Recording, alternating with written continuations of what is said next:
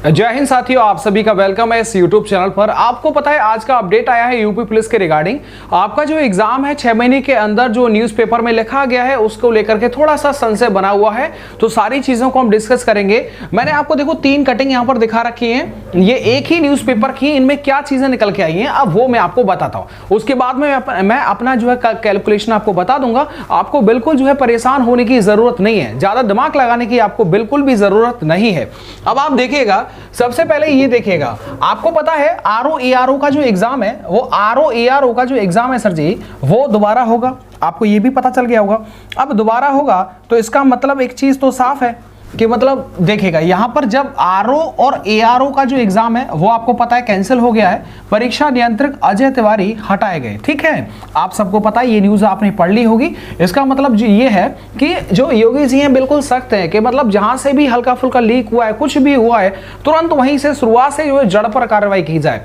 तो क्योंकि इनका काम होता है मैनेजमेंट का। और देखिए 11 फरवरी आपको पता होगा कि RO-ARO प्रारंभिक परीक्षा में गड़बड़ी सामने आने पर यूपी सरकार ने उत्तर प्रदेश के परीक्षा नियंत्रक अजय कुमार तिवारी जी को हटा दिया है, उन्हें राजस्व परिषद जो है वो भेजा गया है। ठीक है, ये आपको थोड़ा सा याद रखना है। ये कहां पर गए हैं? राजस्व परिषद में ये गए हुए हैं। Is that clear?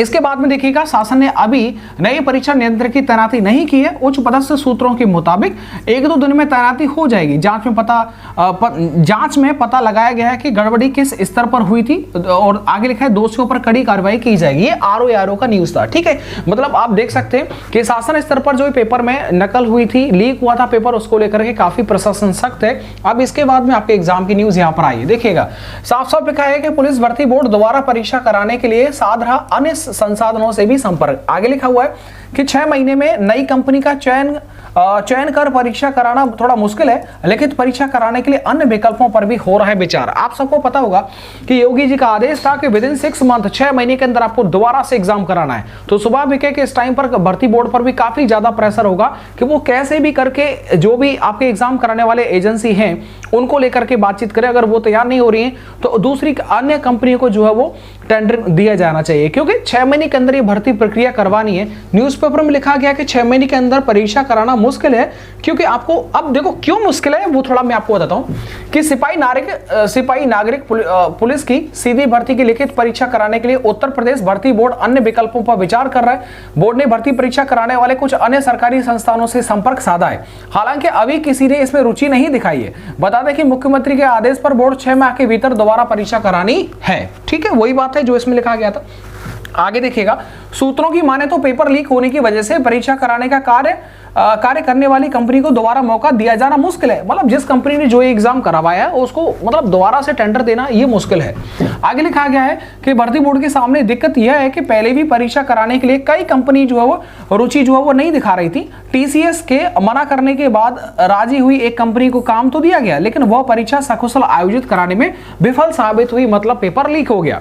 आगे इन्होंने क्या बोला है, वहीं दूसरी ओर बोर्ड के अधिकारी लिखित परीक्षा के अन्य विकल्पों पर विचार करने लगे हैं। दरअसल बीते कुछ वर्षों के दौरान जो पेपर लीक के मामले सामने आए हैं उनमें से अधिकतर में प्रश्न पत्र जो प्रिंटिंग प्रेस से की मिली विगत से ही जो है वो लीक होना पाया गया है। हालांकि प्रश्न पत्रों की जो प्रिंटिंग का काम होता है वो हाई सिक्योरिटी प्रेस को दिया जाता है, लेकिन वहां की जो सुरक्षा व्यवस्था उसका जो जिम्मा होता है वो प्रेस प्रबंधन का ही रहता है। इस वजह से भर्ती बोर्ड के अधिकारी यह मंथन कर रहे हैं कि लिखित परीक्षा कराने के लिए क्या तरीका अपनाया जाए ताकि नकल को जो है वो रोका जा सके। इधर आप देख सकते हैं ये भी जो है वो वही चीज है कि TCS से मना करने के बाद में कंपनी जो है उसको काम मिला था, लेकिन वो परीक्षा सकुशल कराने में विफल। यही न्यूज हो वो इधर प्रिंट हुई है। अब देखिएगा, अब जो है एक चीज आपको देखना है कि सर जी यहाँ पर लिखा हुआ है क्या 6 महीने के अंदर एग्जाम हो पाएगा या फिर नहीं होगा। देखिएगा, ये पूरी जो चीजें हैं वो डिपेंड करती हैं कि कितना जल्दी जो होता है नई कंपनी को जो होता है वो टेंडर दिया जाता है, ताकि इसकी जो परीक्षा है वो आसानी से जो है वो अच्छे तरीके से जो है वो करवाई जा सके। ये तो चीज आपको समझ में आने लगी होगी। अब दिक्कत ये है कि देखिएगा, अभी क्योंकि आपको पता हुआ पहले जब ये जो यूपी पुलिस का जब टेंडर जारी हुआ था, बहुत टेंडर प्रक्रिया जो कई बार नोटिस आने के बाद में जो अगेन एंड अगेन बाद में ये कंपनी जो फाइनल हुई थी। जाएगी। अभी इसमें यूपीएसटीएफ जांच कर रही है कहां से पेपर लीक हुआ था उन सब, और बहुत ज्यादा गिरफ्तारी हो रही है। आज का ही हमने न्यूज पढ़ा था जिसमें लिखा था कि 400 से ज्यादा जो है वो नकलची जो पकड़े गए हैं, ठीक है, उनको गिरफ्तार करके जेल भेज दिया गया है। ऐसी जो खबरें हैं वो न्यूज़पेपर में आपको रोजाना देखने को मिल रही होंगी। तो देखो धरपकड़ जो है वो कार्रवाई बिल्कुल काम से, अपना जो धरपकड़ है वो रोजाना चल रही है, पुलिस अपना पूरा काम कर रही है। अब बात यह है कि इस परीक्षा को 6 महीने के अंदर कराना के मतलब समझते हो जी कि कोई भी नई कंपनी, हमें लगता है देखो जांच में जो भी आएगा, अगर ये दोषी नहीं होती तो दोबारा इसको मौका मिलेगा, अगर दोषी होती है तो किसी दूसरी कंपनी को देखा जाएगा। तो ऐसे में दोबारा से एक टेंडर निकाला जाएगा। उसके बाद में अब ये देखने वाली बात होगी, क्योंकि इसमें बीच में आपको पता है ना चुनाव भी आ रहा है, चुनाव ना होता तो बहुत जल्दी सारी प्रक्रिया दोबारा से हो जाती। इस चीज को आप मानते हैं जी? तो इसको लेकर के जैसे ही कोई नोटिस आएगा, कोई भी कंपनी फिक्स होती है, और देखो मेरे विश्वास में मुझे लगता है कंपनी कोई ना कोई मिल जाएगी, ठीक है। या तो ऐसा होगा कि टीसीएस से करवा लेंगे, टीसीएस अभी जैसे आपको होता है पहले मना कर दिया था, टीसीएस अगर राजी हो जाती है तो वेल एंड गुड है। और देखो सबसे बढ़िया जो तरीका है, खैर हमसे भी जो मतलब बुद्धिजीवियों की कमी नहीं है सरकार के अंदर, बड़े बड़े उच्च, इसलिए आप बिल्कुल भी परेशान ना रहें। जो भी नया अपडेट आएगा इसके टेंडर को रिगार्डिंग या फिर इसकी भर्ती प्रक्रिया, कौन सी कंपनी जो इसका टेंडर ले रही है, वो सारी चीजें आपको जो अवगत कराई जाएंगी। ये एक नया अपडेट था, सो मैंने सोचा आप सबको बताना चाहिए कि इस तरह का जो प्रोग्राम है वो एक कार्रवाई जो वो चल रही है। तो देखने वाली बात होगी कितना जल्दी इसका टेंडर का एक नया नोटिस आता है। और क्योंकि बीच में देखो चुनाव आ रहा है, स्वाभाविक सी बात है। अच्छा, चुनाव से सर जी एग्जाम का क्या मतलब होता है? सर बिल्कुल मतलब होता है, पूरी फोर्स जो कि आपके एग्जाम सेंटर पर जो तैनात होती है वो सब चुनाव के लिए जाती है।